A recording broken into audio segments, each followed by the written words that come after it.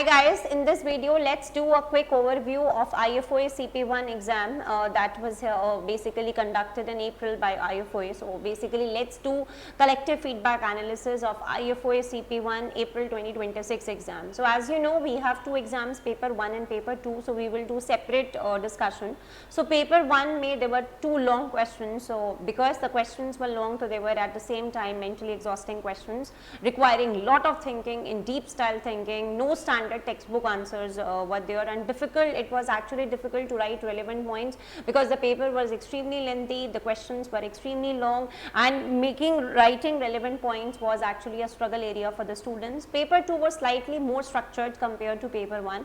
It required application of concepts, which is very obvious in paper 2 that you just have to link the concepts to the given scenario. So deep thought provoking questions were there, and you required strong examination techniques. Basically you required tips and tricks to handle those case study questions.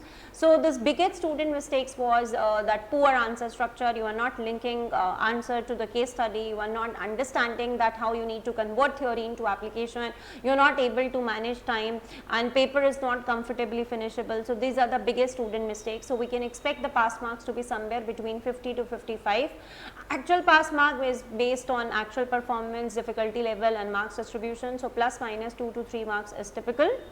So all those students who are appearing for IFOA September 2026 or II November 2026 exam, you can just check out this feedback and can make sure that now you are working on the feedback that has been highlighted to make sure that you are not repeating the same mistakes which the students have repeated in April 2026 exam.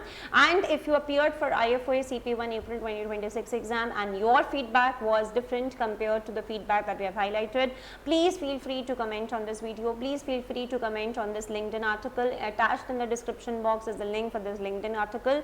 Do not forget to like or subscribe our LinkedIn channel and YouTube channel. We are coming up with multiple updates and on a daily basis just to help the entire actuarial community. So do feel free to comment in case your experience was different compared to the experience highlighted. Thank you. Happy learning.